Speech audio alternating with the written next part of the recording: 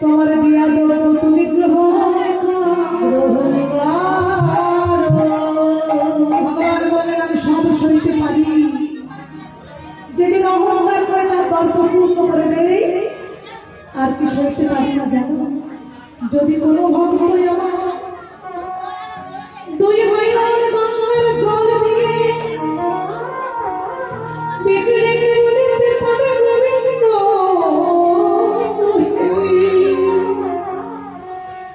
আমার মতো কাঙাল জগতে আর কেহ নাই। হে গোবিন্দ তুমি একেবারে নিজ গুণে কৃপা করে এসে এই কাঙালের দ্রব্য সেবা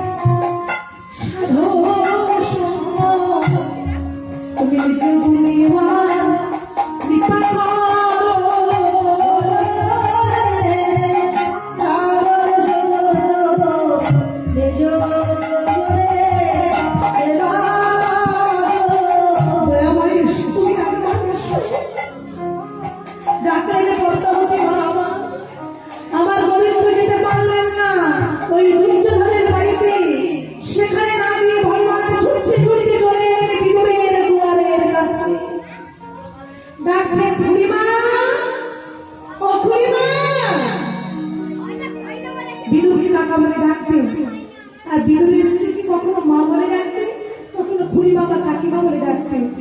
খুড়িমা এসো, এসো গোবিন্দ, এসো গোবিন্দ, ভাবি বলছে এসো গোবিন্দ, আর গোবিন্দ এসে বলছে খুড়িমা দরজা খোলো। দরজা খুলবে কেমন করে? কথা নয়, দরজা খুলবে কেমন করে? এক কাপড়ে থাকতে না গো। বিদুর কিন্তু চাকরি করতেন এই দুর্যোধনে রাজদর বলে, কিন্তু এক পয়সাও নিতেন না, এক কাপড়ে থাকতেন। বছরটা ভিজে গেছে, সেই ভিজে কাপড়টা শুকানোর জন্য বিদুর কিন্তু ঘরে নাই। তিনি কি করলেন? কেউ ঘরে নাই জেনে ওই কাপড়টা দুয়ারের কাছে মেলে দিয়েছে, দিয়ে দোয়ারটা ভেজিয়ে বসে আছে। এমন সময় ভগবান এসে ডাকছেন, কাকিমা দরজা খুলে, এটা ঘর বসেছে, আচ্ছা থাকতে পারছে না, আমার বড় ক্ষুধা পেয়েছে। অন্তর্যামী ভগবান বুঝতে পারলেন ভক্ত আমার বিপদে আছে, তাই ভক্ত সারা দিচ্ছে। অন্তর্যামী ভগবান ঈশ্বর পরমাত্মা সচ্চিদানন্দ বিন্দু আমাদের আমাদের গোবিন্দ সচ্চিদানন্দ ভগবান জানতে পেরে নিজের গলায় কিন্তু তারিখটা ছিল উড়ান, সে গলার লাড়িটা খুলে ভেজানো দরজার পাশ দিয়ে ফাঁক দিয়ে এইভাবে ছুড়ে দিয়েছেন ঘরের ভেতরে। যেই না ছুড়ে দিয়েছেন গোবিন্দের অঙ্গের গন্ধ, পদ্ম গন্ধ। কোনোভাবে বললেন বিরোধীর ঘরণী, বুঝতে পারলেন এই বস্ত্র অন্য কেউ দেয়নি, এই বস্ত্র খালি দিয়েছেন আমার ভগবান শ্রীকৃষ্ণ। এনার এক নাম হলো ভবগ্রাহী জনার্দন মধুসূদন, ভক্ত বাঞ্ছা কল্পতরু, বিপদ ভগবান মধুসূদন, বিপদ থেকে রক্ষা করে। সেই কাপড়টা অঙ্গে ধারণ করে দরজাটা খুলে দোয়ারের কাছে এসে বলছি, কৃষ্ণ তুমি এসেছ, দয়াময় তুমি এসেছ। এই কান্নারিদের প্রতি তোমার আস্তে আস্তে হয়েছে।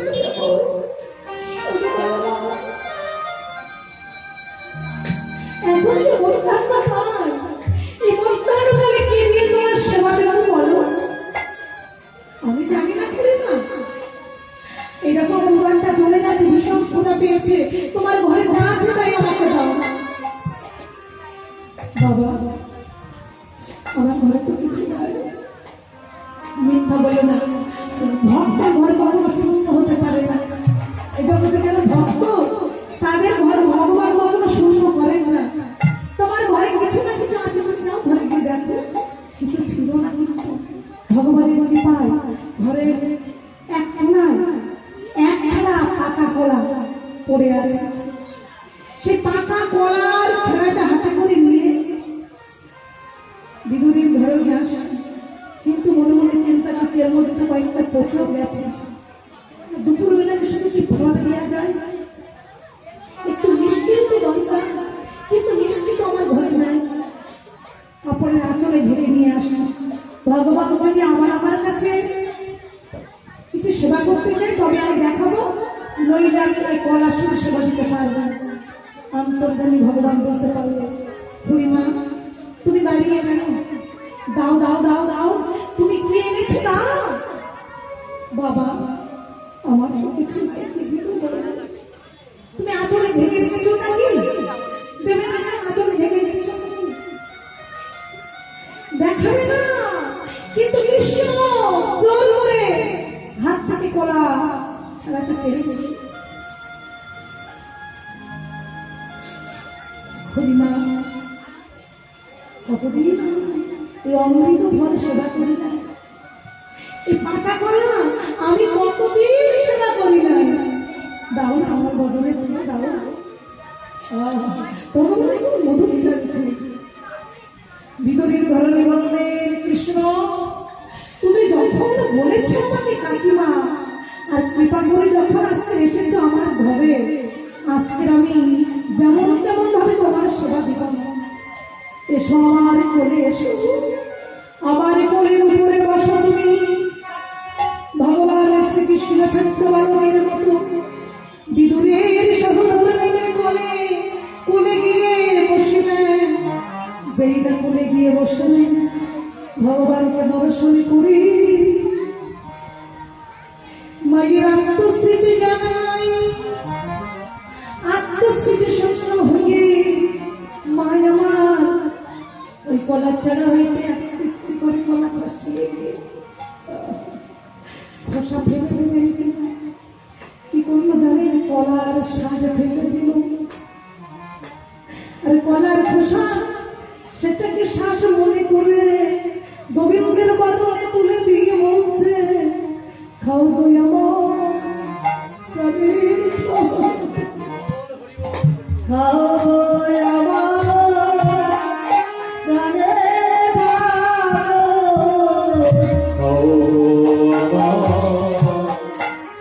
প্রাণের খাও। আমার জাজু তাই দিয়েছি,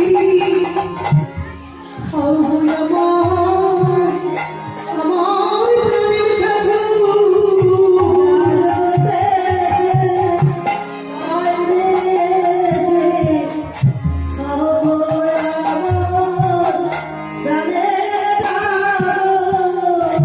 আমার কি আছে বলো, আর কি দিব তোমার ওই চাঁদের বদলে? আমি যে বড় কাঙালিনী, কি আছে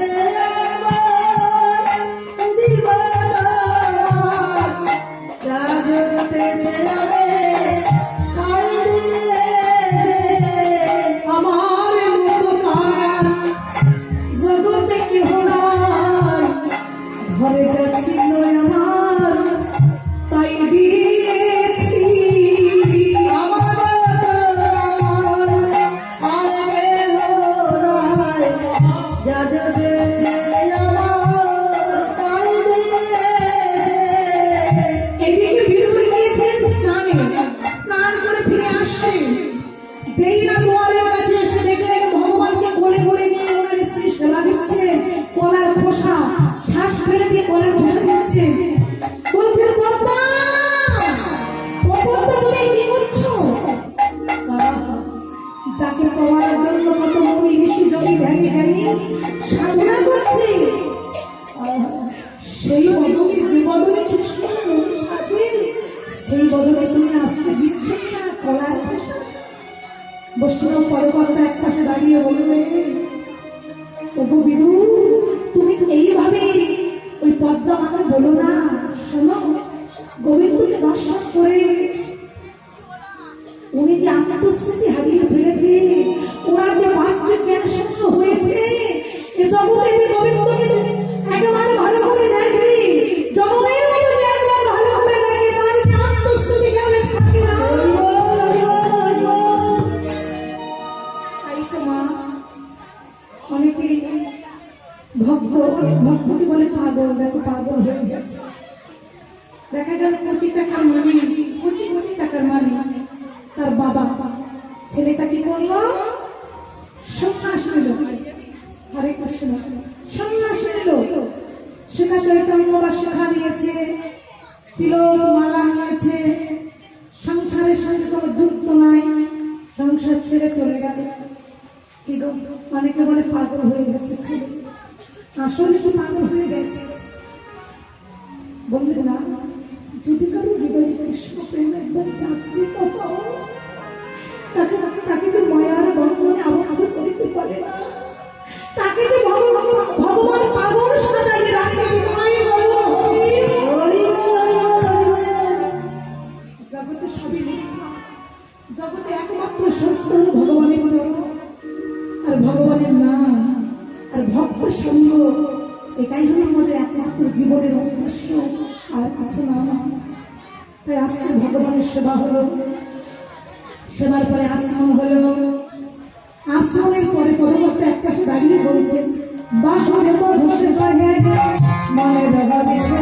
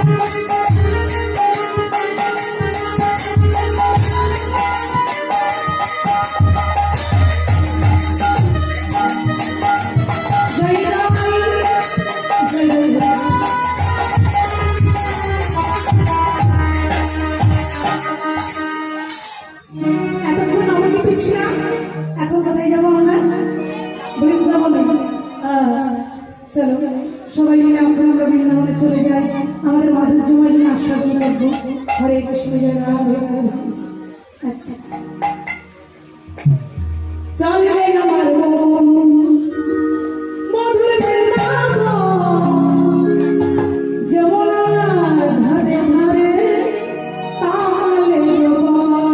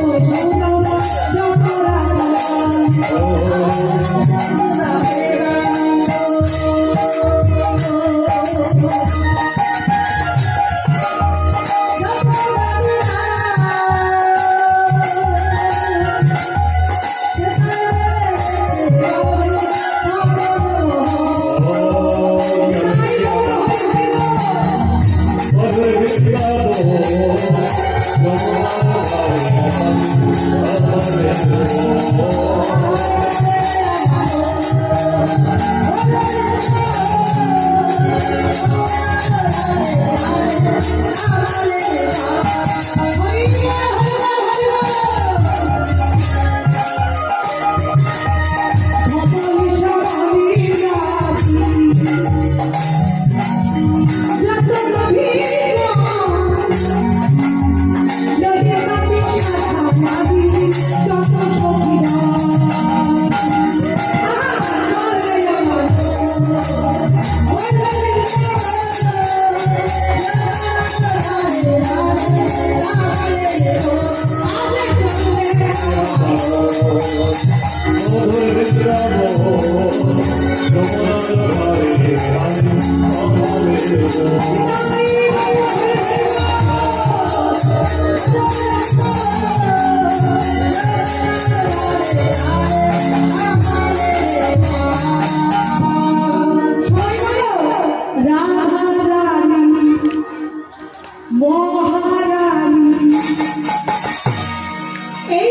কৃপা করো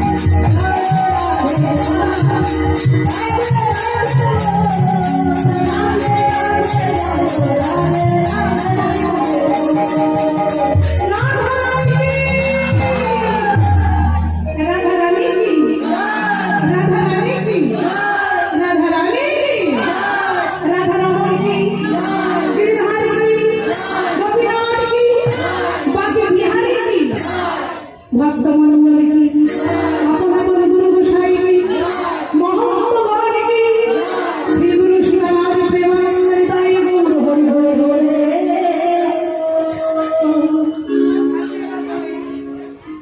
অল্প সময়ের মধ্যে লীলা করতে হবে। আমি কি কুন্দবর্ণন গাইব নাকি গোষ্ঠ লীলার মধ্যে একটা পদ করবো? কি করবো বলুন? তোমার কি তাদের সব বলেছিলেন যে আগে তো জাগিয়ে দাও, এটা বউকে জাগানো হলো, এবার রাধা গোবিন্দ জাগিয়ে দিব। জাগরণী গান শুনতো না, জাগরণী শুনি বসে বসে শুনে থাকে এদিক ওদিকে, তাই না?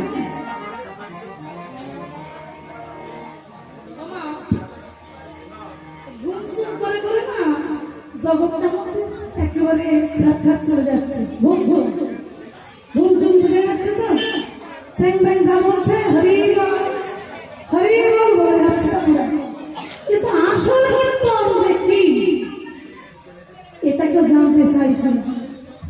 কীর্তনের মধ্যে আসল নকল আছে ছিল না, কিন্তু এখন বর্তমান এই নকল কীর্তনের ভাগটা বেশি হয়ে গেছে।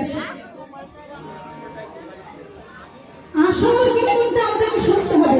শুনে রাখা, যদি ঘরের ভিড় বেশ শক্ত না হয়, মজবুত না হয়, গাঁথনি দিলে কি হাতে বেশি দিন থাকবে না। তাই এই যে কীর্তন আমরা গাইছি, মহাজনে গত অনুকন্ধা মহাজন রচনা করেছেন পদাবলী। সেই পদাবলী আমরা আপনাদের সম্মুখে আমরা গান করে আপনাদেরকে শোনাচ্ছি। এই সব গান যদি আপনারা শ্রবণ করেন বা আমরা যদি বলি, যারা এসবগুলি লিখেছেন আমাদের জন্য লিখেছেন, তো তাহলে তাদেরকে শ্রদ্ধা জানানো হবে। কেন জানো? জগতে বৈষ্ণবের বিপাক ছাড়া আর কোনো গতি নাই আমাদের। তারা হলো একদিন বড় বড় বৈষ্ণব, ভাবে রবি রবলে বসে লীলা দেখেছে আর পদ লিখেছে। আমি কি লিখতে পারবো আর কি পারবো না? যারা লিখেছে তারা একজন বড় বড় বৈষ্ণব পদকর্তা। তার সঙ্গে রাধা গোবিন্দ সঙ্গে আছে। সেই কুঞ্জটার ৮টা দরজা, কুঞ্জটার হলো ৮টা দরজা, ৮ দরজায় ৮ জন সখী, আর একটা দরজা হলো প্রধান দরজা। সেই দরজায় কি আছে? সেখানে আছে যোগমায়া যোগেশ্বরী। তাহলে কোন কটা দরজা? মোট হলো ৯টা দরজা। ৯ বার যুক্ত আমাদের দেহটা আগে দাঁড়িয়ে গৌর হরি বল হরি হরি বল। যোগমায়া যোগেশ্বরী প্রধান মন্দিরে দাঁড়িয়ে চোখ বন্ধ করে লীলা দেখছে, আর সখীরা ৯ মিনিট করে রাধা গোবিন্দের যুগল দর্শন করছে। একটা চোখ বন্ধ করে কিছু দেখা যাচ্ছে, উনি এইভাবে দেখছেন। অনুভব করুন, কিছু দেখতে পাচ্ছেন? আপনার চোখ বন্ধ করে দেখেন, কিছু দেখা যায় কিনা? আপনারা দেখতে পাবেন, কিন্তু আমার মতো মানুষের দ্বারা সম্ভব নয়। শাস্ত্রে বললে চোখ বন্ধ করেও দেখা যায়, দেখতে পাবে। তারা জানো সব কৃষ্ণময় নেত্র যাহার ভিতরে বাহিরে, যাহা যাহা নেত্র পড়ে তাহাই কৃষ্ণময় স্ফুরে নিরায় গৌর হরি। যাদের কৃষ্ণময় নেত্র হয়েছে, নেত্র মানে নয়ন হয়েছে, তারা চোখ বন্ধ করে হৃদয় পটে যুগল দর্শন করে থাকে হরি হরি। তার গগনে বেলা হয়েছে, যোগমায়া যোগেশ্বরী প্রধান রঙে দাঁড়িয়ে রাধা গোবিন্দের যুগল দর্শন করে যাচ্ছে।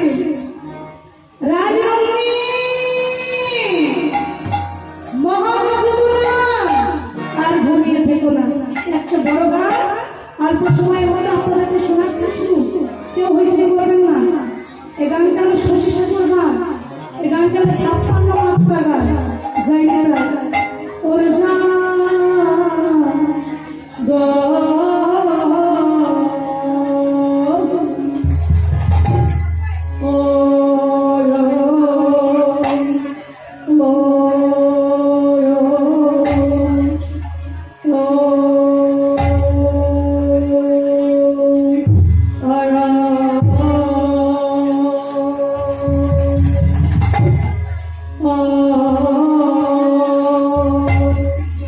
ও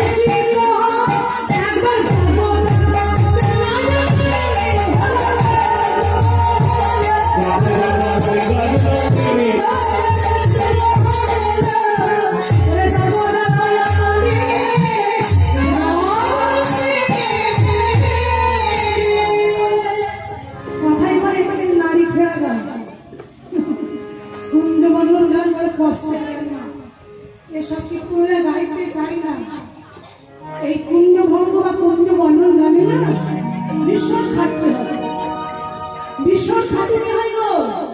এই গানের প্রথম গান হলো শিশু শেখর গান, হ্যাঁ। তারপরে আপনারা আরো অনেক গান আছে, যদি সুযোগ হয় বলবো, শোনাবো।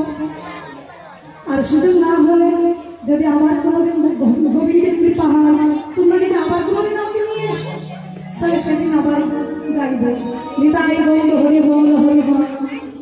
এইবার দেখুন জগনে মেলা হয়েছে, মেলা হয়েছে আপন বাজার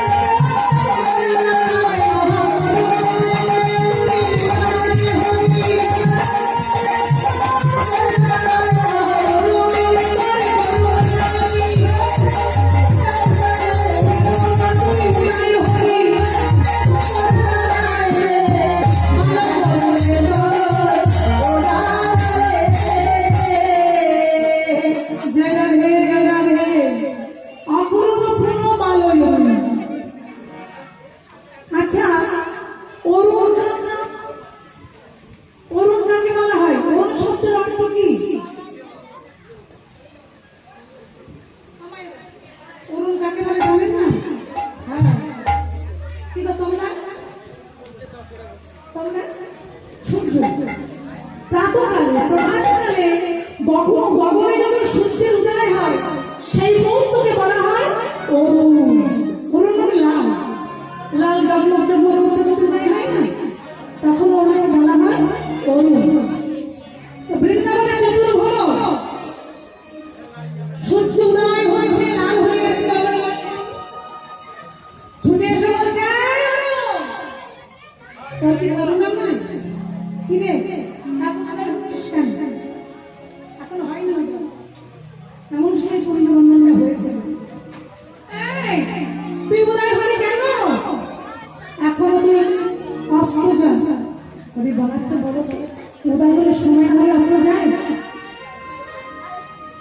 উদয় হয়েছে তার যখন সময় হবে সে অস্ত যাবে না, আমার সম্ভব না। আমি ডুবে যেতে পারবো না, এক্ষুনি উদয় হচ্ছে কেবল বললে তোর বালকের স্বভাব এখনো যাবে। বালকের স্বভাব মানে বাল ওই দেখো দেখো কি করছে, দেখো না ওইসব বালকের স্বভাবটা দেখেছো তো? এদিকে কীর্তি হচ্ছে ওদের মতো ওরা ফেলেই যাচ্ছে, ফেলে যাচ্ছে তো কথা বলে যাচ্ছে। এটা হলো বালক স্বভাব। এরা কি করবে? আমরাও যখন এটা মধ্যে ছিলাম না এইরকম করেছিলাম, এটা আই বলি তোর বালকের স্বভাব এখনো কেন? আরে দেখ রাধা গোবিন্দ কত কষ্ট করেছিল গত রাতে, রাস রসে বেঁচে গিয়ে নিশির শেষে বিলাস আলো করে ঘুমাইয়ে আছে। আর তুই যদি উদয় হোস তাহলে এখনই রাধা গোবিন্দ জেগে যাবে। তোর বালকের সময় চমকি চমকি চঞ্চলি পদ মিনি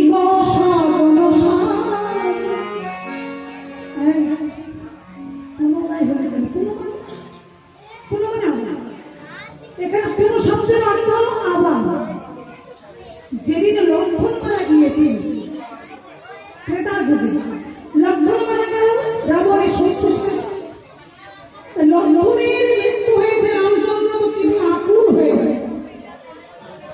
হনুমান ছুটে এসে বলছে প্রভু তুমি কাঁদছো কেন? তুমি না ভগবান, তোমার ভাই মারা গেছে, তুমি কি বাঁচাতে পারবে না? বাঁচিয়ে যাও দয়া করে।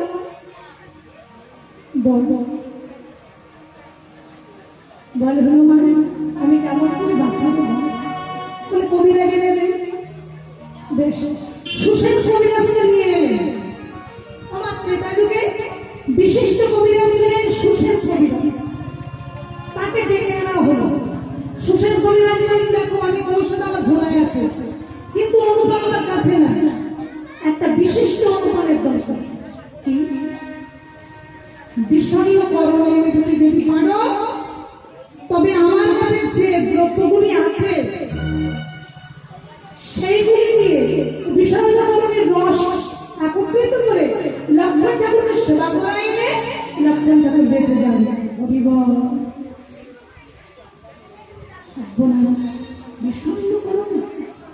বিষণ্ণ করণ পারো?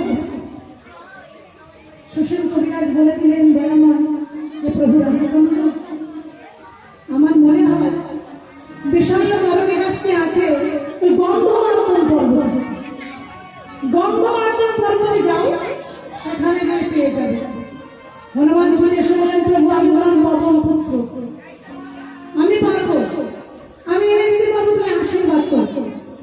ভগবান মাথায় হাত দিয়ে আশীর্বাদ করে দিলেন, যাও যাও বর্ষ আমি আশীর্বাদ করলাম।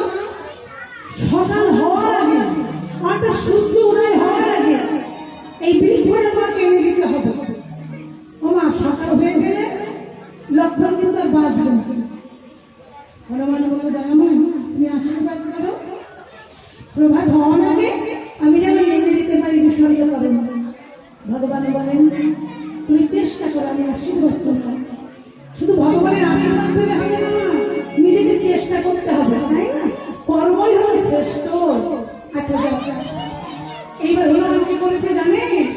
গদা হাতে করে নিয়েছে, নিয়ে চলে চলেছে রঘুপতি রাজা পতিত সীতা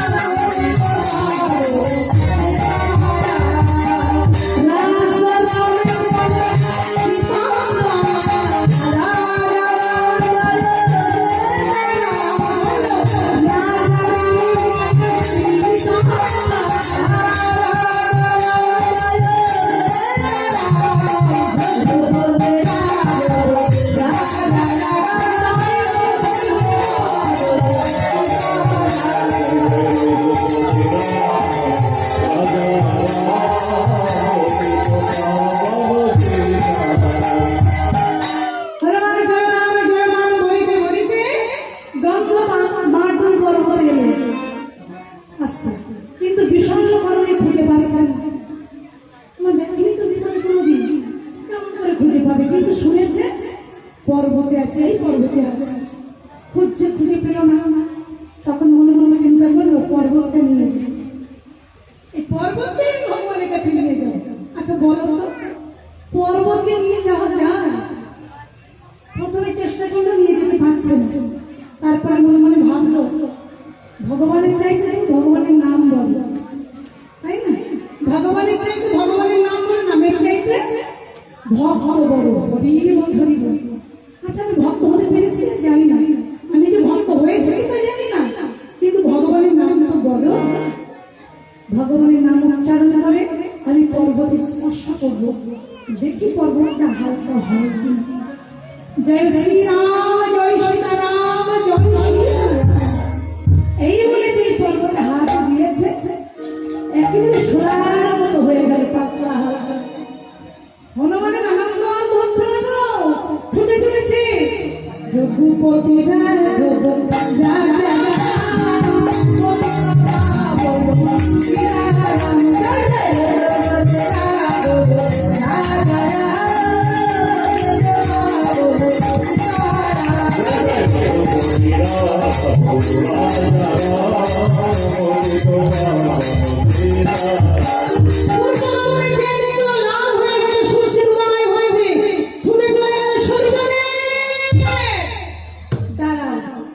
অপেক্ষা করো,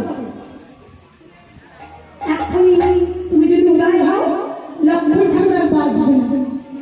সূর্যের উত্তরে শেখি প্রাকৃতিক নিয়ম অনুযায়ী আমি উদয় হয়ে অস্ত যাই। এখন আমার উদয় হওয়ার সময়, আমি ঢেকে যাবো কেমন করে, অস্ত যাবো কেমন করে, পারবো না। হনুমান বললে দেখো তুমি পারবে না বলছো, তুমি যদি উদয় হয়ে যাও আমি কি করবো জানো? তোমার কক্ষ বলে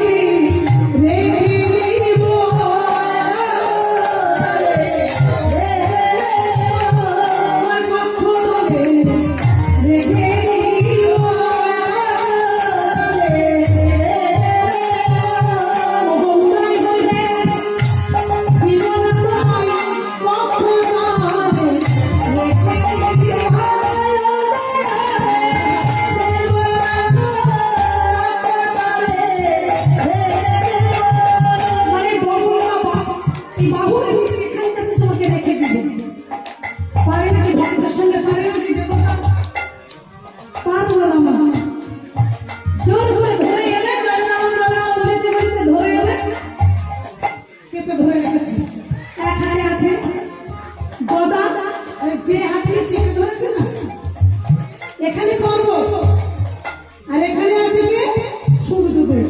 হরি বল, হরি বল। ভক্ত যদি ইচ্ছা করে জগতে সব কিছু করিতে পারে। বল হরি বল, হরি বল, হরি বল। যখন প্রভুর কাছে গেল, রামচন্দ্রের কাছে গেল, তখন ভরসা হয়ে গেছে, কিন্তু উদয় হতে পারছে না সূর্যোদয়। রামচন্দ্র বললেন হনুমান এত দেরি হলো কেন? প্রভু যাবো তো, অত দূরের পথ। আচ্ছা ঈশ্বর করুণী পেয়েছ? প্রভু আমি খুঁজে পেলাম না, কিন্তু আমি পর্বত এনেছি। হায় হায় হায় হায়, সাধে কি তোমাকে পশু বলি? এই জন্য তোমাকে পশু বলি। তুমি পশু জাতিতে পশু পশু কর্ম করেছ। বলেছি তুমি বিষয় করুণী গাছ আনবে, আর তুমি এনেছো পর্বত। ও দয়াময়, আমি কি করবো বলো তো দয়াময়? আমি করবো কি বলো? আমি খুঁজেছিলাম, খুঁজে পাই না, তাই তো এই পর্বতটা নিয়ে এসেছি। বেশ, কি করলেন? সে বিষয় কারণে বৃক্ষের রস আর বিভিন্ন ধরনের অনুপান একসঙ্গে করে লক্ষ্মণ ঠাকুরকে সেবা করালে লক্ষ্মণ ঠাকুর বেঁচে নিয়েছিলেন। তাই গৌর হরি হরি পুনর্জীবিত হলেন লক্ষ্মণ ঠাকুর। প্রভু রামচন্দ্রের শুনেছি লক্ষ্মণ হনুমানকে নিয়ে ব্যস্ত হয়ে গেল। হনুমান বাছা, তুমি আজকে আমাকে বর প্রার্থনা করো। তুমি যে করেছ আজকে, এখনো পর্যন্ত কোনো দেবতা পারেনি। তুমি যে করেছ আজকে, এখনো পর্যন্ত কোনো মানুষ পারেনি। বল কেমন করে? প্রভু সেটা তোমার কৃপাতে এনেছি তো তোমার গুণে, তুমি তো কৃপা করেছো তাই আমি জানতে পেরেছি। রামচন্দ্র বললেন, হনুমান আমার কাছে বর প্রার্থনা করো, আমার কাছে বর প্রার্থনা করো, আজকে যে বর চাইবে তুমি সেই বর দেব তোমাকে। শোনো, তুমি যদি আমার কাছে মুক্তি বর চাও, মুক্তি বর আমায় দিয়ে দিব। ও দয়াময়, হনুমান বলে, দয়াময় এতদিন ধরে আমাকে এই চিনলে, আমাকে এই জানলে, আমার জনগণ সহ্য করেছে তোমার জন্য, এরপরেও তুমি বলছো আমাকে মুক্তি বর দিবে। বলো তো দয়াময়, ভক্ত কি কখনো মুক্তি বরের বসবাস করে? বলো তো মায়েরা, ভক্ত কি কখনো মুক্তি চায়? চাইছে অনুরাগী ভক্ত যারা, তারা কখনো ভগবানের কাছে মুক্তি বরের প্রার্থনা করে না। হনুমান বলল, এই পশুর প্রতি যদি তোমার কৃপা হয়, পশুর প্রতি যদি তোমার করুণা হয়, আমাকে এই আশীর্বাদ করো, এ জন্মে যেমন হয়েছ প্রভু, তুমি হয়েছ আমার প্রভু, আর আমি হয়েছি তোমার চরণের দাস। এমনি ভাবে প্রতি জন্মে জন্মে তোমার চরণের দাসে যেন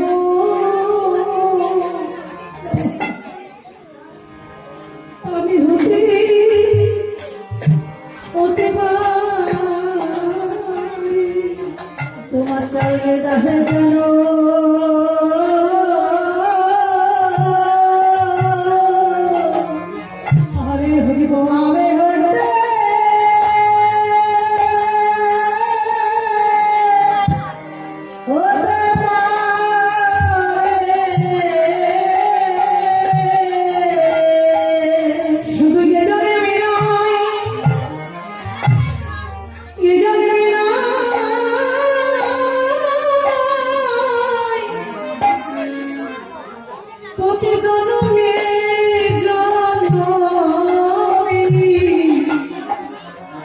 তোমার ওই রাঙা চরণে যেন হতে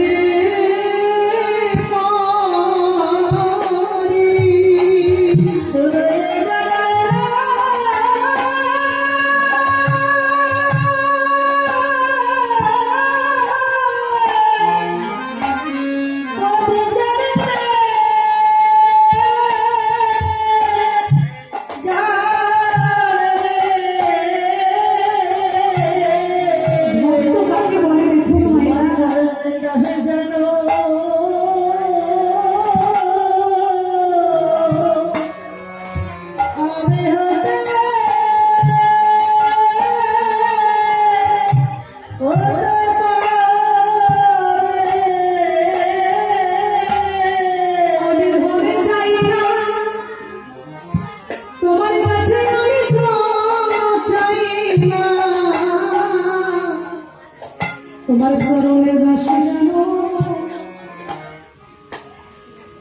আমি হইতে পারি। হরিবলের দাই হরিবল,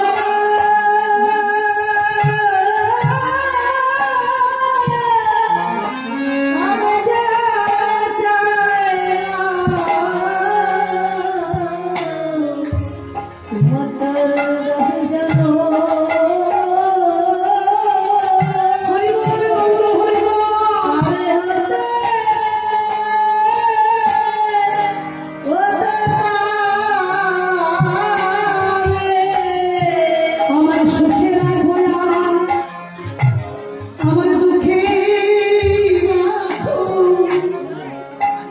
তোমার চরণের দাস যেন হতে পারি। আমায় সুখে দুঃখে তোমার চরণের দাস যেন আমি হতে পারি।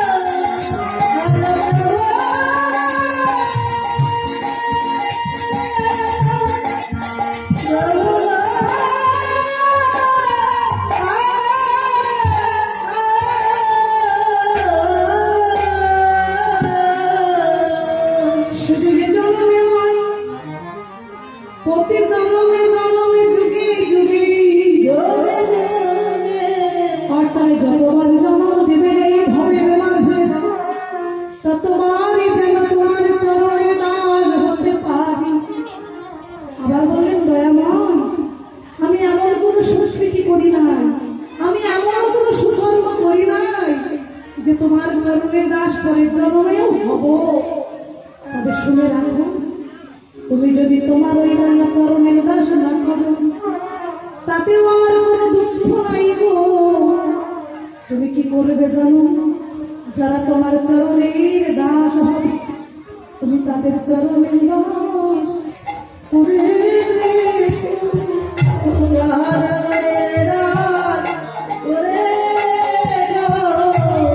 তাদের চরণের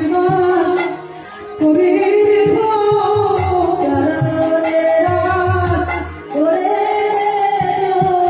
যারা তোমার চরণের দাস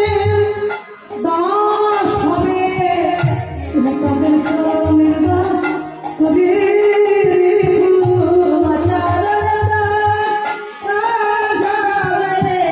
তাদের চরণের দাস করে যেন ভক্ত জ্বালা হৃদয়ে ভরিতে পারি চরণের দাস করে রেখো।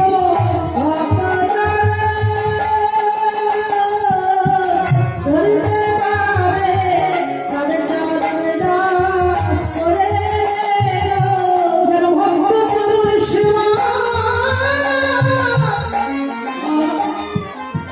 করিতে পারি।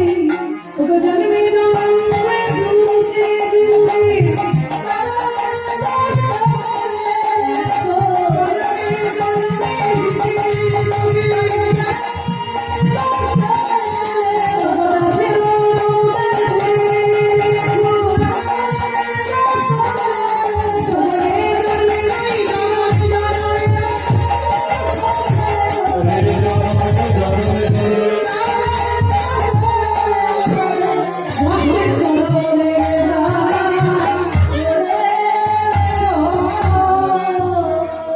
আমার ভগবানের চরণের চাইতে ভক্ত চরণ কিন্তু বড়।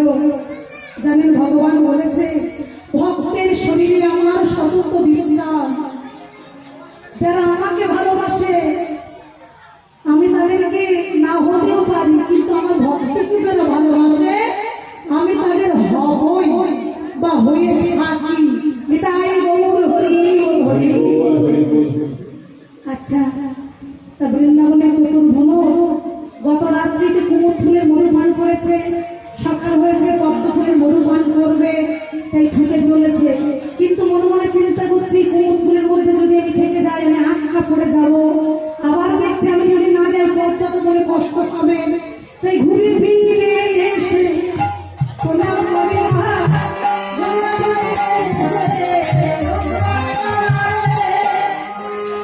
কি গো, এ যে ভালোবাসা বাবার কানে ঘুরে ফিরে এসে জোবার কানে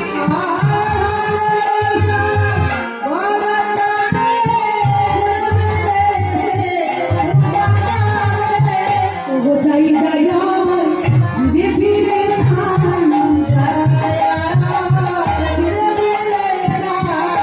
যাই যাই ঘুরে ফিরে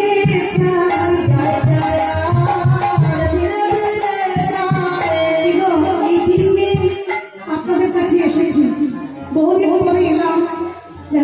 আমার ভক্ত দাদারা নিয়ে এসেছেন আমাকে, আপনাদের জন্যই এসেছি আমি। তাই এই 3 দিন আপনাদেরকে দেখছি, আসলে দেখছি মাগো। তা যখন এখান থেকে চলে যাবো দেখা হবে কিনা জানি না, নিশ্চিত তো বিশ্বাস নয়। কিন্তু মনটা খারাপ হবে না? তোমাদের মন খারাপ হবে কি? তোমাদের মন খারাপ হবে কিনা আমি জানি না, কিন্তু আমার মনটা কেন খারাপ হবে? তোমাদেরকে দেখছি তো চেনা বদল দেখলে একটু আনন্দ হয় গো। আবার চলে যাওয়ার সময় খুব কষ্ট হবে। আজকাল ভ্রমণের কোথায় হয়েছে পদ্ম ফুলের মধু পান করেছে, সে ছেড়ে যেতে পারছে না, যাচ্ছে আবার ফিরে চাইছে, আবার যাচ্ছে আবার ফিরে চাইছে। এইভাবে ভ্রমরাজকে মধু পান করেছে। এখন কি জানি রজনী